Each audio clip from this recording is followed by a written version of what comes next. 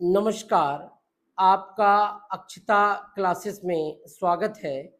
आज हम रामधारी खंड 1 की प्रतिलेखन संख्या 1 की डिक्टेशन करेंगे, जिसकी स्पीड 80 शब्द प्रति मिनट के हिसाब से होगी।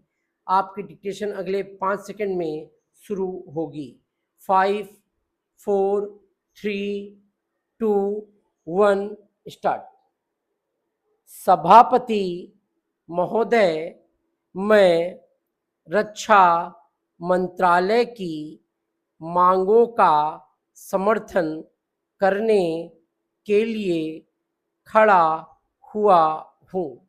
वर्तमान घटनाओं से पता चलता है कि संसार का हर देश अपनी सुरक्षा के बारे में चिंतित है और उसके लिए हर प्रयत्न कर रहा है। इस दृष्टि से अन्य देशों की तरह हमारे देश में भी रक्षा मंत्रालय का महत्व है। मुझे इस बात की खुशी है कि जहां अन्य मंत्रालयों की उनके पिछले साल के कामों के बारे में काफ़ी आलोचना हुई है, वहाँ इस मंत्रालय की कम आलोचना हुई है। इससे पता चलता है कि इस मंत्रालय ने पिछले साल अच्छा काम किया है।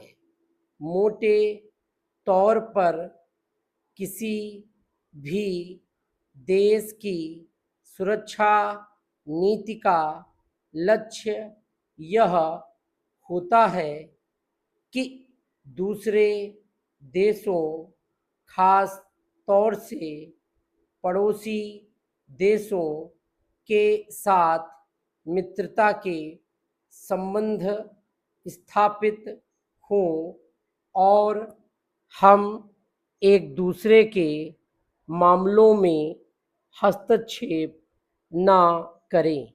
लेकिन उसके साथ यह भी जरूरी होता है कि हम अपने देश की सीमाओं और अखंडता की रक्षा करें।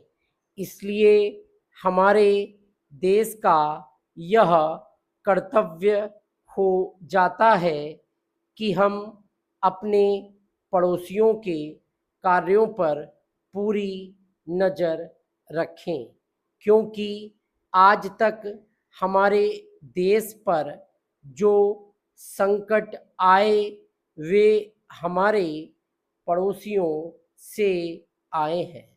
1965 में पाकिस्तान के साथ जो लड़ाई हुई और उसके बाद ताशकंद में जो समझौता हुआ, वह सिर्फ कागज पर ही रहा।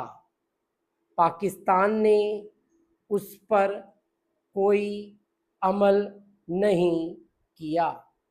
इस दृष्टि से बहुत ज़रूरी है कि हम अपने देश की सुरक्षा की हर तरह से व्यवस्था करें।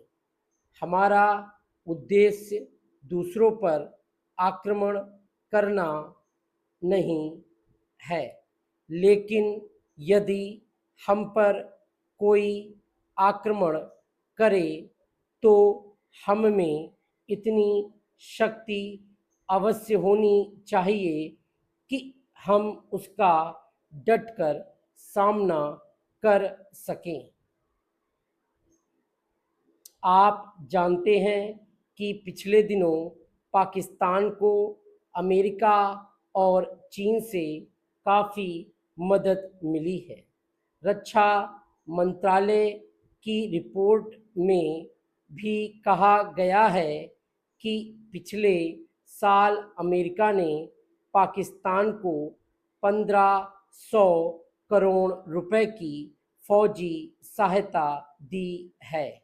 आज जहां हम फौजी सामान के लिए अपने कारखानों की मदद से अपनी शक्ति बढ़ाने का प्रयत्न कर रहे हैं, वहाँ पाकिस्तान संसार के देशों से फौजी सामान खरीद रहा है। अपनी नीति के कारण वह सब देशों से लाभ उठा रहा है।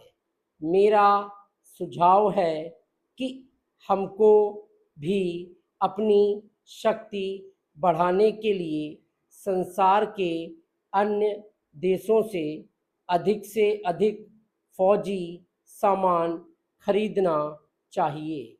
आज तिब्बत की सीमा पर चीन की 1.5 लाख फौज खड़ी है। डिक्टेशन समाप्त हो गई है। Thank you.